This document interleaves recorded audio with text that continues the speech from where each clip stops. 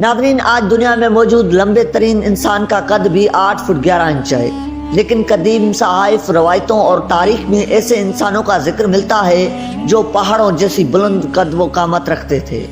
آج اس ویڈیو میں ہم آپ کو چند ایسے ہی طویل القامت انسانوں کا احوال سنائیں گے کہ جن کا ذکر مختلف آسمانی کتابوں اور اسلامی روایات میں موجود ہے۔ تو چلیے شروع کرتے ہیں اس معلوماتی ویڈیو کو۔ اور قتل کیا داؤد نے جالود کو، اور اللہ نے اسے سلطنت اور حکمت عطا فرمائی اور اسے جو چاہا سکھایا۔ سورہ بقرہ آیت نمبر 251۔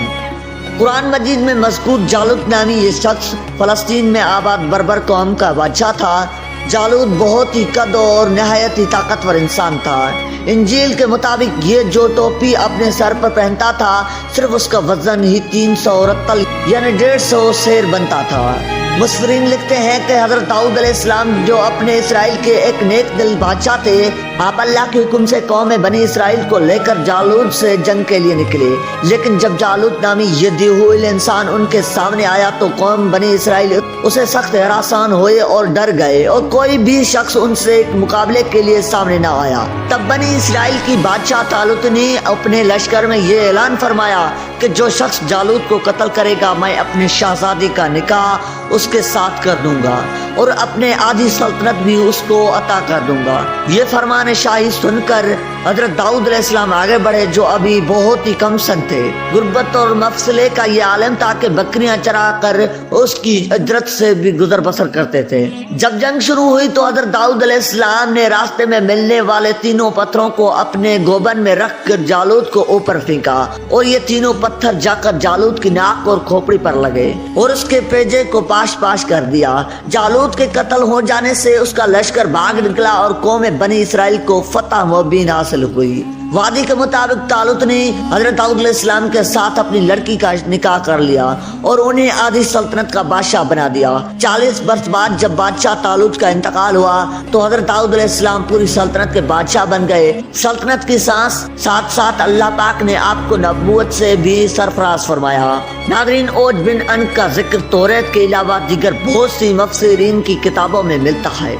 روایات کے مطابق اسی تاریخی انسان کا سب سے طویل القامت اور طاقتور انسان کہا جاتا تھا۔ اوج کے بارے میں ایسی روایات ملتی ہے کہ اپنی طویل قد کی وجہ سے یہ شخص سمندر میں کھڑا ہوتا تو پانی اس کے ٹخنوں تک ہوتا تھا۔ بینک سمندر میں مچھلیاں پکڑ کر آسمان کی طرف کرتا اور انہیں سورج کی تپش سے بھون کر کھاتا۔ روایات کے مطابق اوج بن انق کا تعلق حضرت داؤد علیہ السلام کے ہی دور سے تھا، جو ہزاروں سال کی عمر گزرنے کے بعد حضرت موسیٰ علیہ السلام کے دور تک زندہ رہا۔ روایات یہ بھی کہتی ہے کہ فرعون مصر سے رہائی حاصل کرنے کے بعد حضرت موسیٰ علیہ السلام اور قوم بنی اسرائیل کا سامنا اوج بن انق اور اس کی قوم سے ہوا۔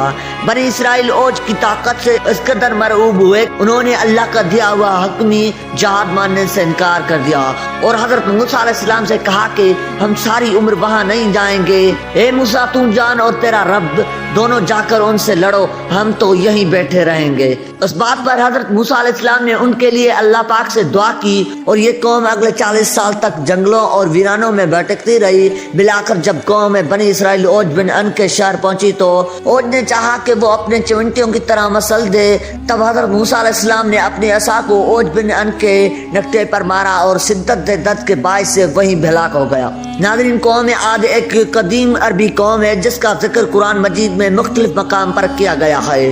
قوم عاد اپنی جلد امجد عاد بن اوس کے نام سے پکاری جاتی ہے، جو حضرت نوح علیہ السلام کی چوتھی پشتی تھی۔ قرآن مجید کے مطابق قوم عاد کو ایک عظیم آندھی سے تباہ کیا گیا تھا، جبکہ جدید تحقیق کے مطابق ایک قوم 3000 سال قبل مسیح سے لے کر پہلی صدی عیسوی تک موجود تھی۔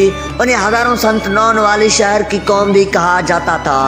سورہ القحف کی آیت نمبر 26 کے مطابق ہم نے قوم عاد کو وہ قوت اور طاقت دی جو تم کو نہیں دی۔ یہ قوم جسمانی لحاظ سے انتہائی طاقتور تھی۔ بعض عالم اکرام فرماتے ہیں کہ قوم عاد کے لوگ اس قدر طاقتور طویل القامت تھے کہ ان کے قد کھجور کی درختوں کے مانند اونچے تھے، اور یہ اس قدر طاقتور تھے کہ پہاڑوں کو بھی توڑ سکتے تھے، لیکن ان کی یہ طاقت اور قوت ان کی کسی کام نہ آئی۔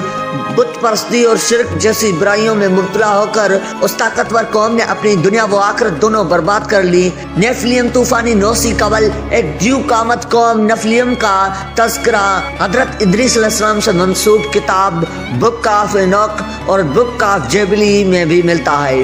عبرانی تورات کے مطابق یہ اپنے دور میں بہت انتہائی طاقتور اور طویل قامت انسان کی ایک نسل تھی، بلکہ یہ لوگ کسی مفعول الفطرت مخلوق اور انسانوں کی باہمی تعلقات سے پیدا ہوئی تھے۔ پائیدل میں نیوفلین کے علاوہ رفائن، اناقائن، ایم اور جبار نامی لیوکل قوم کا تذکرہ بھی ملتا ہے، جو مختلف انبیاء اسلام کے ادوار میں اس دنیا میں آباد رہی تھی۔ ان میں سے بعض کے ہاتھوں میں 24 انگلیاں ہوتی تھیں اور بعض کا قد کئی گز بلند ہوتا تھا۔ دوستو، یہ تھا ان اشخاص اور قوموں کا ذکر جو آسمانی کتاب اور قدیم لٹریچر میں جن کا قد غیر معمولی اور انتہائی طویل بتایا جاتا ہے۔ امید ہے کہ ہماری ویڈیو آپ کو ضرور اچھی لگی ہوگی۔ ویڈیو اچھی لگی تو ہمارے چینل کو سبسکرائب کریں اور ساتھ ہی کھڑے بیل آئیکن پر ضرور دبائیں تاکہ ہر دنیا کی مفید معلومات آپ تک سب سے پہلے پہنچ سکے۔ ملتے ہیں ایک نیکسٹ ویڈیو کے ساتھ، تب تک کے لیے اللہ حافظ۔